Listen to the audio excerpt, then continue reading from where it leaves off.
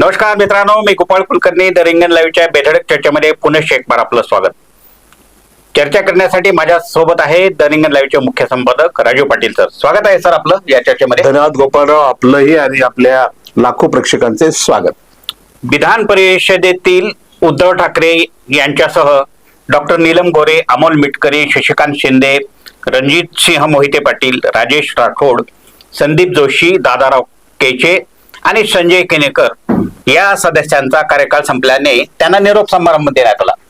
या निरोप समारंभाच्या वेळी केलेली भाषणं देखील खूप चर्चेत आले आहेत आणि उद्धव ठाकरे हे पुन्हा सभागृहात हवेत का अशी देखील चर्चा निर्माण झाली. या अनुषंगाने आपण या कार्यक्रमात चर्चा करणार आहोत. ओके. तर माझा पहिला थेट प्रश्न असा आहे पाटील सर, की उद्धव ठाकरे हे पुन्हा सभागृहात हवेत का? गोपाळराव, खरं म्हणजे काल निरोपाचा जो कार्यक्रम झाला विधान परिषदेमध्ये, हा कार्यक्रम बरंच काही सांगून गेला, बरंच काही शिकवून गेला. त्यातून बरंच काही गुपिते सुद्धा त्या भाषणाच्या माध्यमातून उघड झाली. थेट प्रश्न, जर आपण त्या प्रश्नाला लगेच उत्तर देऊन मोकळं होऊ आणि बाकी विषयावर चर्चा करू. महाराष्ट्राच्या विधान परिषदेमध्ये उद्धव ठाकरे पुन्हा हवेत का असं आपण म्हटलं. हो, ते हवेतच. कारण महाराष्ट्राचं राजकीय संतुलन जर आपल्याला साधायचं असेल तर पूर्णपणे उद्धव ठाकरे हे महाराष्ट्राच्या विधान परिषदेमध्ये असणं अत्यंत आवश्यक आहे आणि ते लवकरच येतील सुद्धा पुन्हा सभागृहामध्ये, नूतन सभागृहाचे सदस्य म्हणून. मग हवेत तर का हवेत ते सभागृहाला? आणि त्यांची आले तर पुन्हा सभागृहामध्ये त्यांची कारकीर्द कशी राहील?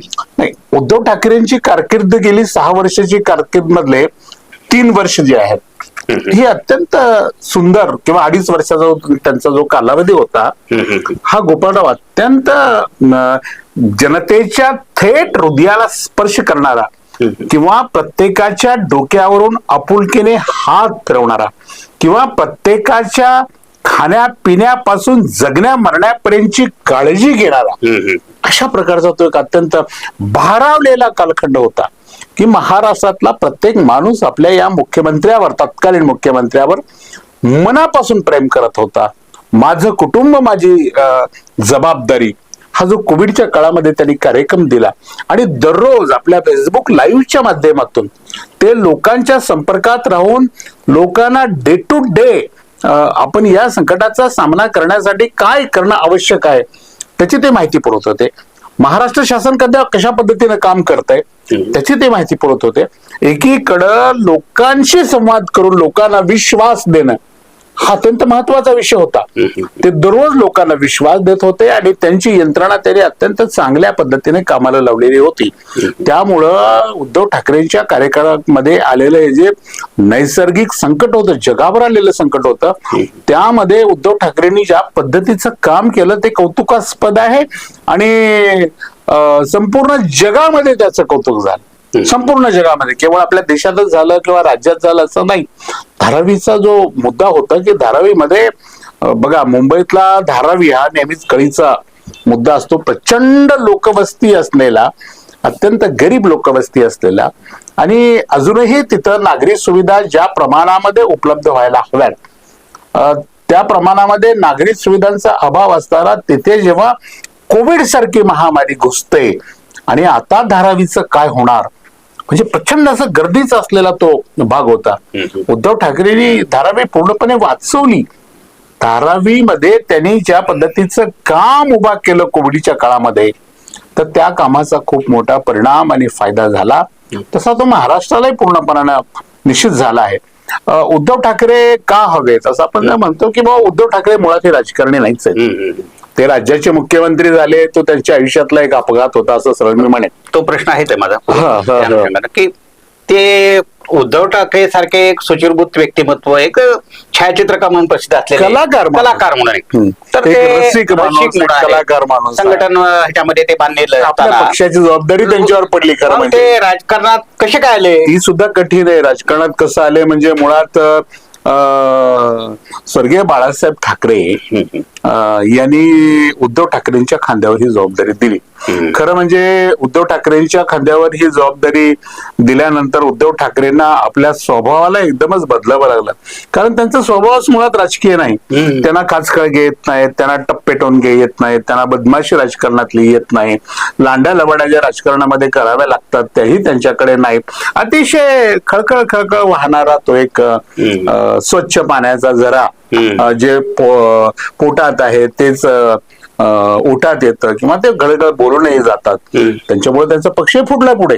म्हणजे हे जर राजकारणातली जी बदमाशी असते ती बदमाशी जर उद्धव ठाकरेंना आली असती तर हे त्यांचे शिवसैनिक जे होते 60-70 लोक इकडे तिकडे ते पळाले काय काय झालं ते यांची हिंमत नव्हती कोणाची ते शिवसेना भवन सोडून इतरत्र पळण्याची. अजिबात त्यांची ती ताकद झालेली असते. कारण उद्धव ठाकरेंकडे हे नव्हतं. ते शिवसैनिकावर प्रेम करत होते, पितृवत प्रेम करत, मोकळ्या भावनेनं ते प्रेम करत होते.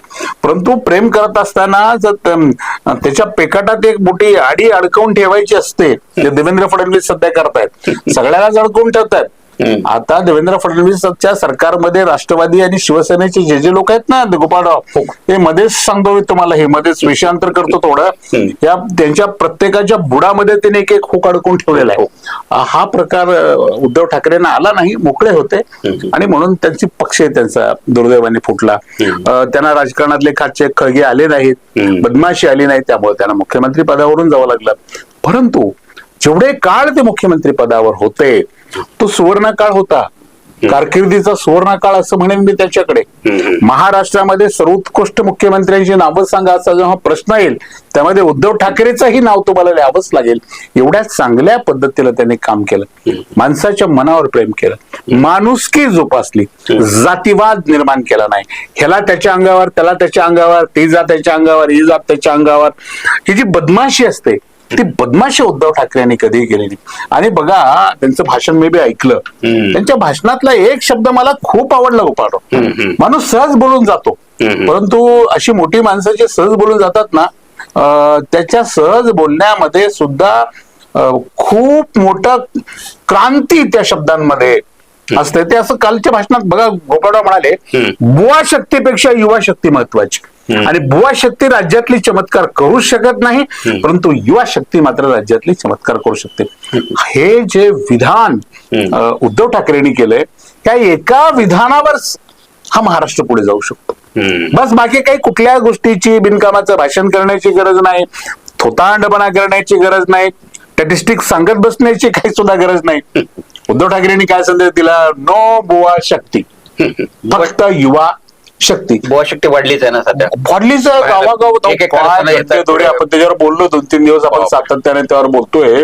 आता तर नरबळीपर्यंत प्रकरण आता सध्या समोर येत आहेत गोपाळराव, आणि सध्या गावोगावचे हे जे छेमंत्र करणारे आहेत ना लोक, आता माझ्या संपर्कात काही लोक मला सांगतात ते आमच्या गावातलं ते छेमंत्र करणार गायब झाले, आपल्याला सांगायला लागलेत.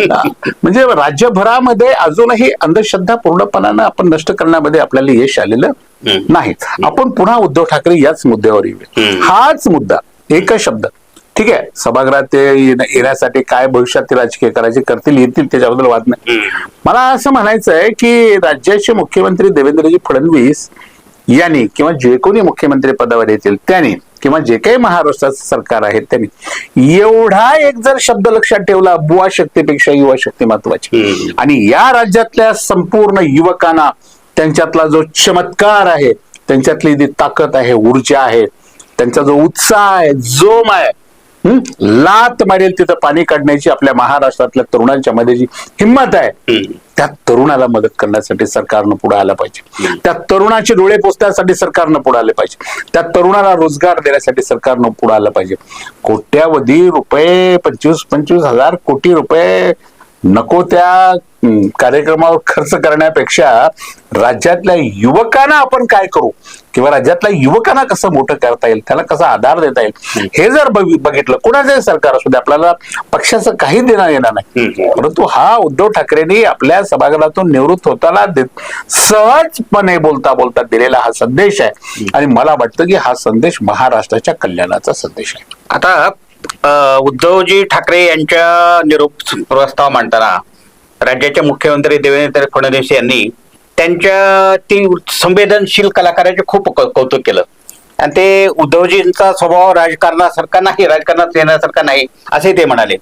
ते मनाने आजही कलाकार आहेत, उत्तम छायाचित्रकार आहेत असे म्हणत फडणवीसांनी त्यांच्यातील मैत्रीच्या जुन्या आठवणींना उजाळा दिला. नाही, मी वेगळंच बघतो ह्या विषयाकडून. मग आता मैत्रीचा हात पुढे केला का ते? नाही, मी याच्यातून वेगळाच संदेश मला मिळाला. ठीक आहे, आता प्रत्येकाला वेगवेगळं, राजकारणात महाबदमाश असावं लागतं, पराकोटीची बदमाशी, कसल्याही पद्धतीचा विधिनिषेध न ठेवता, कोणाचंही घर बर्बाद करण्याची क्षमता असणारा, कोणाचेही परंपरेनं एखादं त्यांनी जर आपल्या संसाराचा फार मोठा बुरुज उभा केला असेल तर ती एका क्षणामध्ये ढासळण्याची क्षमता असणारा माणूस राजकारणात लागतो. उद्धव ठाकरे सारखा कसा चालेल? म्हणजे तिथे माझ्यासारखा माणूस राजकारणात हवाय, उद्धव ठाकरेचा का उपयोग आहे असं त्यांना म्हणायचं होतं का? असा प्रश्न माझ्या मनामध्ये उपस्थित निर्माण झाला.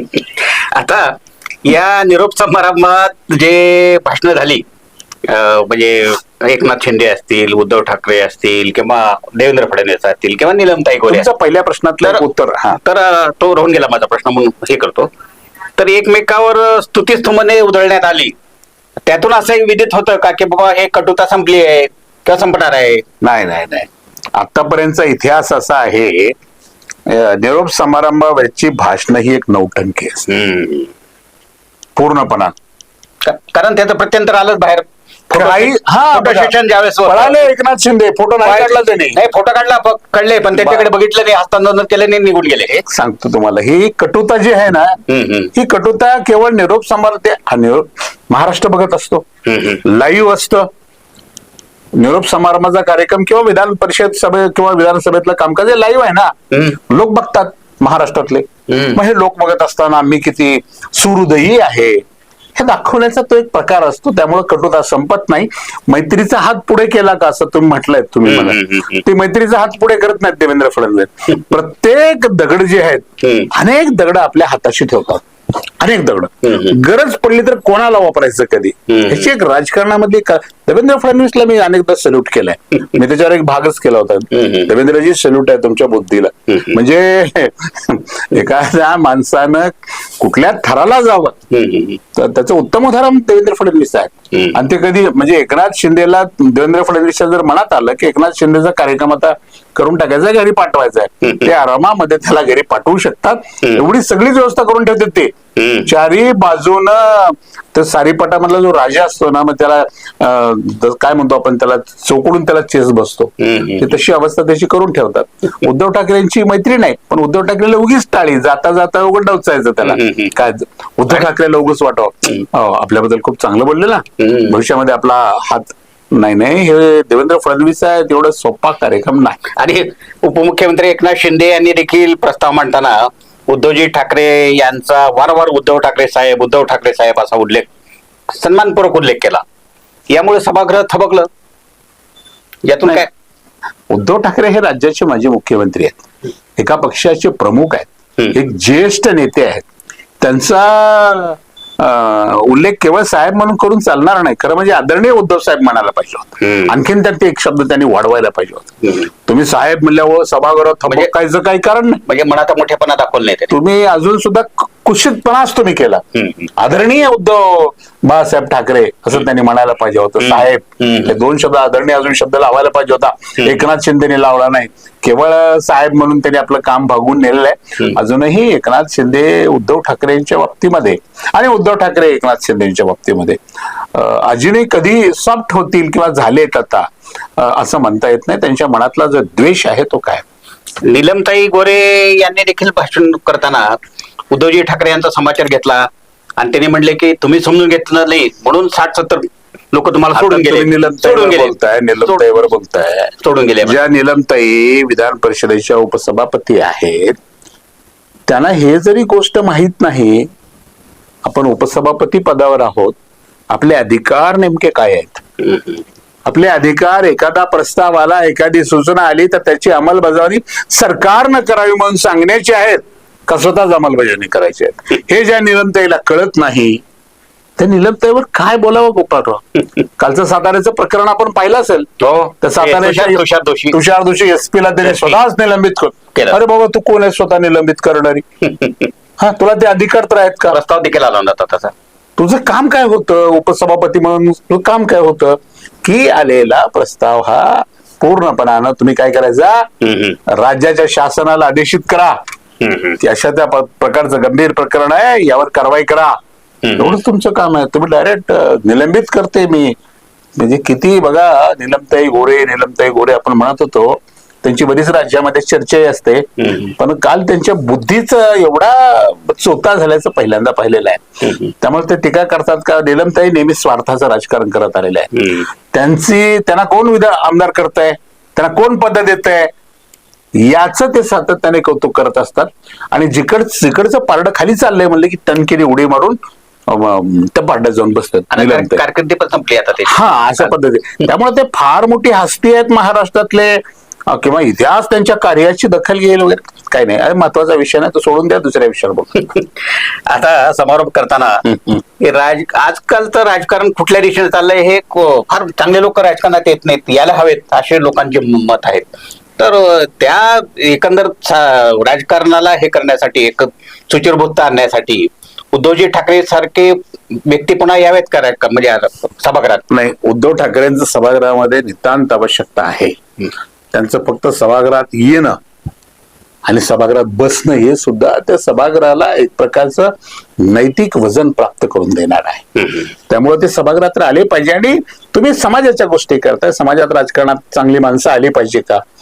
गंभीर प्रश्न हो हे. चांगला माणूस बघा, घडले काय, लोकशाही आपली कुण्या स्तराला आलेली. मी सांगतो, थोडस विषयांतर 1-2 ओळीचं होऊ शकतं, तुमची क्षमा मागून तुम्हाला मी सांगतो आवश्यक आहे की भारताची लोकशाही किंवा आजचं राजकारण कुठल्या स्तराला चाललंय.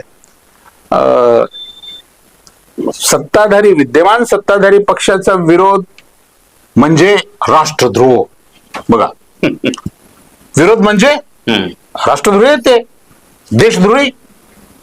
आता समजा भाजपचं सरकार आहे आणि भाजपच्या सरकारच्या एका धोरणाला, पंतप्रधानाला आपण जर विरोध करायला लागलो तर त्याच्या ते पिलावळ आपल्याला देशद्रोहीचा शिक्का मारून मोकळे. एक विषय. धर्मातल्या जर चुकीच्या अंधश्रद्धेवर आपण प्रहार करायला लागलो किंवा एखादी वाईट गोष्ट आहे, धर्माच्या नावावर शोषण होत आहे, एखादा संसार उद्ध्वस्त होतोय, ही चांगली गोष्ट नाही असं आपण बोलायला लागलो का, सनातन विरोधीच झाले. म्हणजे बघा, म्हणजे वाईटाला दूर करण्याचा जर प्रयत्न आपण केला तर आपल्यावर लगेच सनातन विरोधी असा शिक्का मारतो. म्हणून शहाणी माणसं काय करतात गोपाळराव, सध्या मरा खड्ड्यात जा म्हणून ते आपापल्या घरी समाधानानं बसलेले आहेत. हे नकोच, या चिखलात नको, ही घाणच आपल्या अंगावर नको. परंतु ही अत्यंत धोकादायक गोष्ट आहे. सगळ्या लोकांनी, चांगल्या लोकांनी राजकारणामध्ये आलं पाहिजे. मला सांगा, एवढा सगळा प्रकार घडतो आहे, पराकोटीला रसातळाला महाराष्ट्राचा पुरोगामी विचार गेला. या राज्यातले लेखक, पत्रकार किंवा जे विद्वान म्हणून घेणारे लोक आहेत, जे की साहित्य संमेलनामध्ये 2-2 घंट्याचं भाषण पाजळतात, हे कुठे आहेत सगळे? हे साहित्यिक महाराष्ट्रातले कुठे आहेत का? हे फक्त साहित्य संमेलनापुरते आणि आलेले पैसे लाटून आयुष करून निघून जाण्यापुरतेच आहेत? त्यांची जबाबदारी नाही का बोलण्याची? किती लोकांनी यावर लिहिलं, किती लोकांनी यावर बोललं, किती लोक पुढे येत आहेत, किती लोक अंधश्रद्धेच्या बाबतीचं भाष्य करतात? कोणीच करत नाही.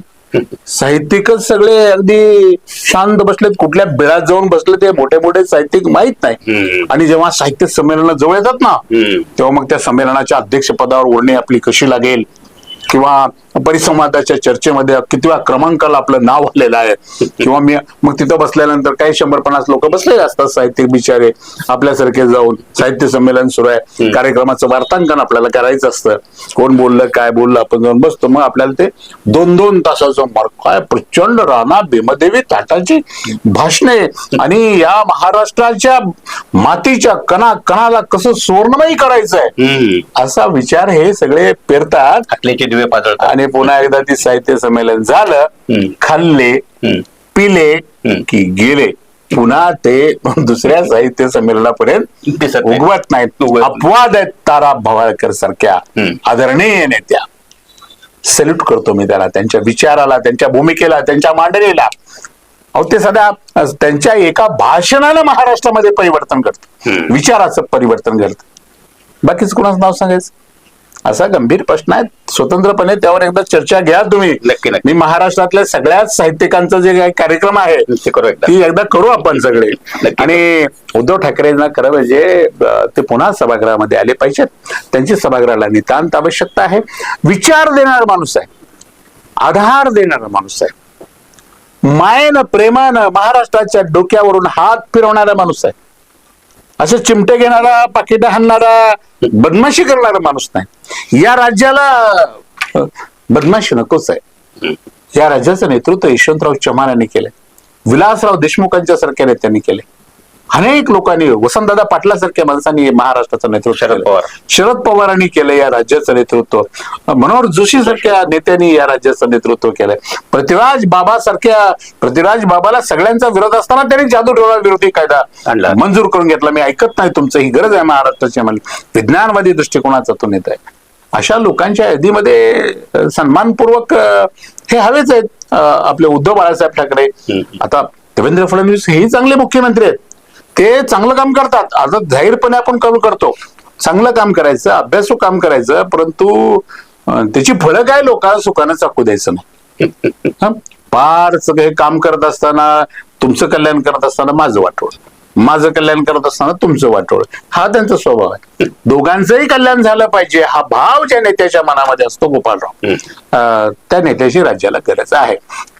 आज आपण उद्धव बाळासाहेब ठाकरे यांच्या निरोपावर भाष्य केलेलं आहे. असा नेता महाराष्ट्राच्या सभागृहामध्ये असणं किंवा त्याच्या हातामध्ये नेतृत्वाची सूत्र पुन्हा जाणं ही महाराष्ट्राच्या अत्यंत हिताची गोष्ट आहे. अशाच महत्वाच्या विषयावर भाष्य करण्याचा प्रयत्न आम्ही आमच्या या भागाच्या माध्यमातून करत असतो.